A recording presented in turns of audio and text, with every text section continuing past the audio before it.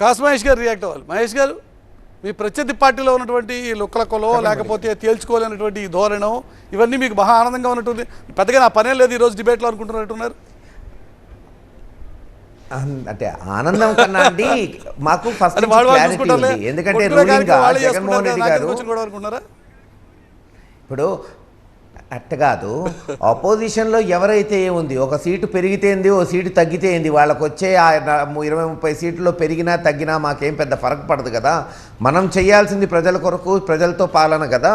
So వాళ్ళు ఏం మాట్లాడుకున్నా ఒక సీటు పెరిగినా ఒక సీటు తగ్గించుకున్నా అల్టిమేట్లీ అందరికి కలిపి వచ్చేది ఆ 40-44% ఓట్ షేర్ కొరకు. మనం పెద్ద దాని గురించి డిస్కస్ ఏముంది, దాని గురించి కమెంట్ కూడా ఏం పెద్ద ఉండదు కదా మురళి గారు.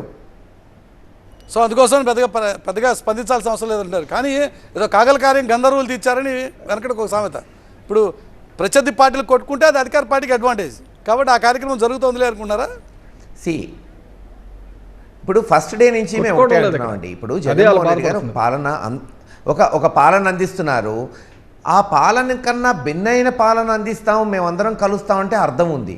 మేము జగన్మోహన్ రెడ్డి గారిని తెచ్చడానికి కలుస్తాం. ఇందాక సత్యనారాయణ గారు అంటున్నారు ఓట్ ట్రాన్స్ఫర్ జరగాలంటే 1+1 ఈజ్ నాట్ 2 ఇన్ పాలిటిక్స్. నిన్న 6% ఓట్ షేర్ ఉండొచ్చు జనసేనకి. ఈరోజు జగన్మోహన్ రెడ్డి గారు అనేక పథకాల ద్వారా ఆ షేర్లో కూడా మాకు ఓట్లు రావచ్చు కదా. టీడీపీ ఓట్లు కూడా మా వైపు వచ్చి ఉండొచ్చు కదా.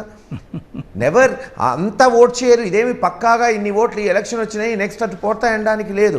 అందుకని మేము కంఫర్టబుల్గా ఉన్నాం. ఎందుకంటే 87% హౌజెస్ని జగన్మోహన్ రెడ్డి గారి పథకాలు టచ్ చేసినాయి. First time in the history of Indian politics. So ఆ కాన్ఫిడెన్స్తో మేము వాళ్ళు ఇద్దరు కలిసినా ముగ్గురు కలిసినా కాంగ్రెస్ని కలుపుకున్నా కమ్యూనిస్టులుగా హెల్ప్ తీసుకున్నా మాకేం అభ్యంతరం లేదు.